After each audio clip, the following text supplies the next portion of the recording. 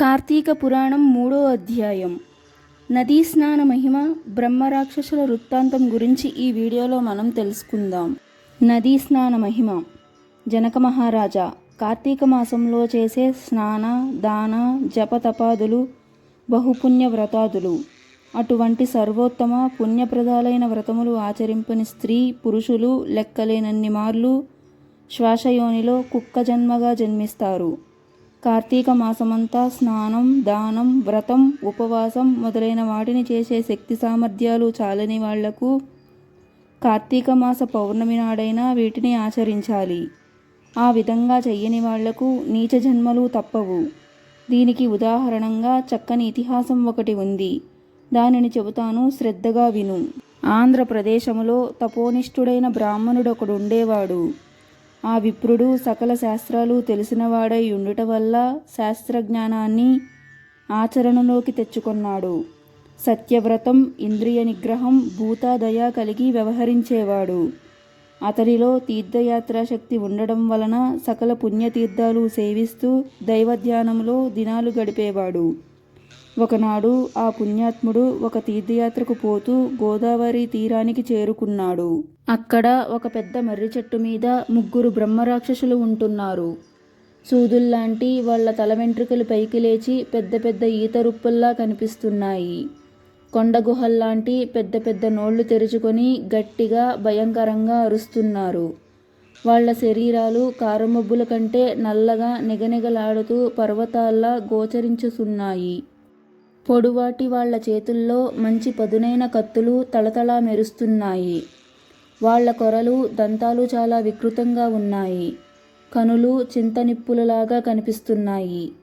వాళ్ల ఊదరాలు కృశించిపోయి ఉన్నాయి.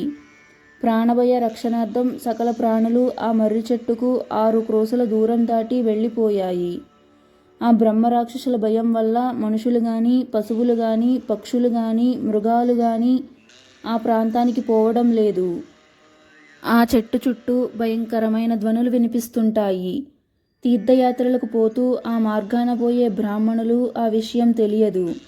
అది కార్తీక మాసమై ఉండట వలన పవిత్ర గోదావరి స్నానం చేయాలనే సంకల్పంతో నదీ తీరం చేరుకున్నారు.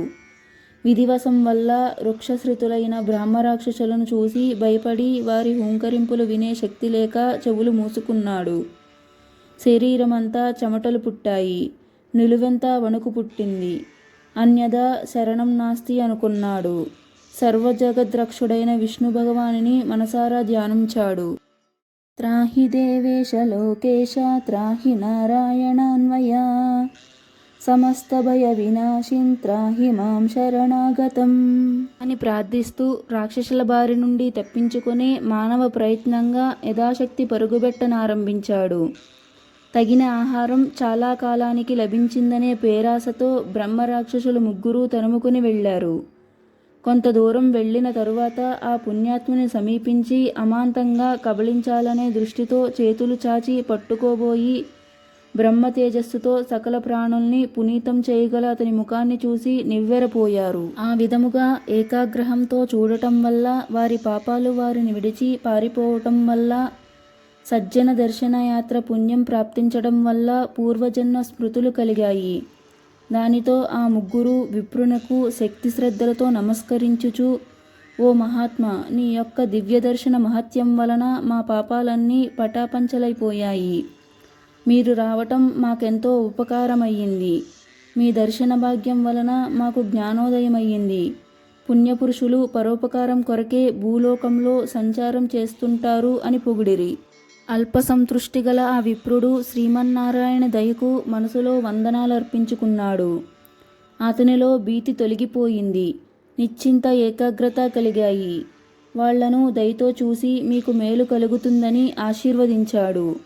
తరువాత వాళ్ల విషయం తెలుసుకోవాలని కుతూహలం కలగటం వలన, నాయనల్లారా, మీరెవరు? మీకెటువంటి జన్మలెందుకు వచ్చాయి? పూర్వజన్మలో మీకెటువంటి పాపాలు చేశారు?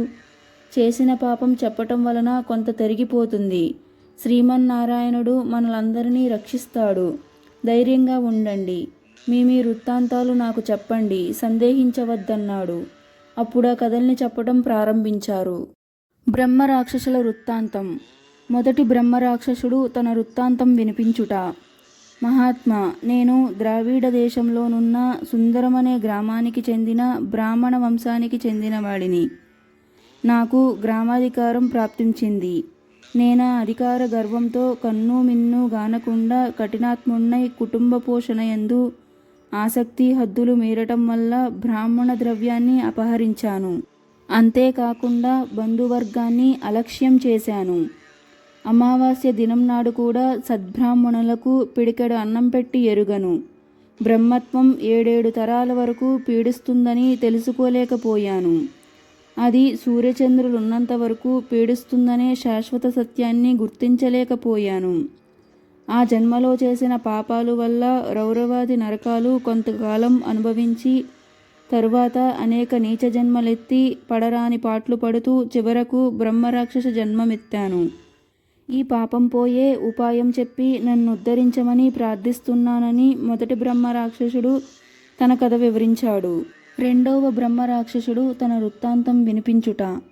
విప్రోత్తమ, నేను జన్మనిచ్చిన తల్లిదండ్రులను ద్వేషించాను. మాతృదేవో భవ పితృదేవో భవ అనే ఉపనిషత్ వాక్యాలు పెడచెవుని పెట్టాను. భార్య మాటలు విని ఆమె తోడే లోకం అనుకొని అన్ని విధాలా ఆమెను సంతోషపెడుతూ కన్న తల్లిదండ్రులను ఆలనాపాలనా చూడలేదు. నేను నా భార్య ముష్టాన్న భోజనాలు చేస్తూ నా తల్లిదండ్రులకు చలిది అన్నం పెట్టించాను. బంధుమిత్రులను ఎన్నడూ ఆదరించలేదు. నేను చేసిన ఆ ఘోర పాపాల వల్ల నాకీ జన్మ ప్రాప్తించింది. నన్ని అదో జన్మ నుంచి తప్పించి కాపాడమని భక్తిపూర్వకంగా కోరుకుంటున్నానని రెండవ బ్రహ్మరాక్షసుడు తన కథను వివరించి ప్రార్థించాడు. తరువాత మూడవ బ్రహ్మరాక్షసుడు తన వివరాలను వివరించడం మొదలుపెట్టాడు. మూడవ బ్రహ్మరాక్షసుడు తన విషయం గురించి వివరించుట. ద్విజోత్తమ, నేను ఆంధ్రప్రదేశములో ఒక విష్ణు ఆలయంలో పూజారిగా నుండేవాడిని. పూజారికి ఉండదగిన మంచి గుణాలలో ఏ ఒక్కటి నా దగ్గర లేదు. నేనుండేది పవిత్ర స్థలమైనప్పటికీ నాలో అంతా అపవిత్రతే నిండి ఉండేది. అందరూ అక్కడికి వచ్చి పుణ్యాన్ని సంపాదించుకుంటే నేనక్కడ పాపాన్ని సంపాదించుకున్నాను. నాలో దైవభక్తి లేదు, దయాదాక్షిణ్యాలు లేవు. ఎలా ఉంటామో తెలిసేది కాదు. ఆత్మస్థుతి, పరనింద వంటి దుష్కృత్యాలకు వెనుదీయలేదు. కులస్త్రీలను మానభంగం చేసేవాడిని. పరధనాలు అపహరించేవాడిని. స్వామివారి ఆభరణాలు, భక్తులు దీపారాధనకై ఇచ్చిన నూనె మొదలైనవన్నీ వేశ్యగృహాలకు పంపేవాడిని. స్వామికి చేయవలసిన నిత్యపూజ నివేదనలు కూడా మాని రేయింబవళ్ళు వేశ్యలోలత్వంలో మునిగి తేలుతూ ఉండేవాడిని. వేశ్యగృహాలే నాకు దేవాలయాలు. శరీర సౌందర్యం అశాశ్వతమని, బ్రహ్మ పదార్థం ఒక్కటే శాశ్వతమని గ్రహించలేకపోయాను.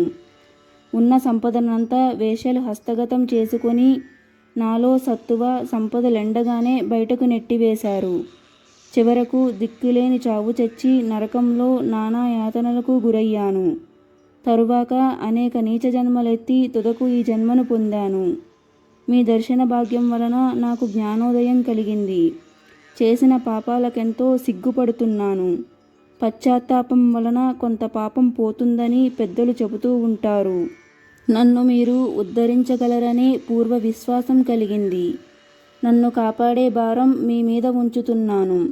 దయతో నన్ను కాపాడండి అని మూడవ బ్రహ్మరాక్షసుడు తన కథను చెప్పి వేడుకున్నాడు. ముగ్గురి కథలను విన్న విప్రుడెంతో జాలిపడ్డాడు.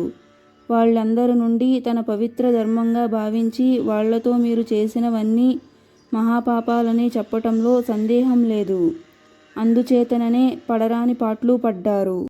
ఇప్పటికైనా ధర్మాన్ని గుర్తించి పశ్చాత్తాపడుతున్నందుకు నేనెంతో సంతోషిస్తున్నాను. ఇక మీకు ఏ భయమూ లేదు.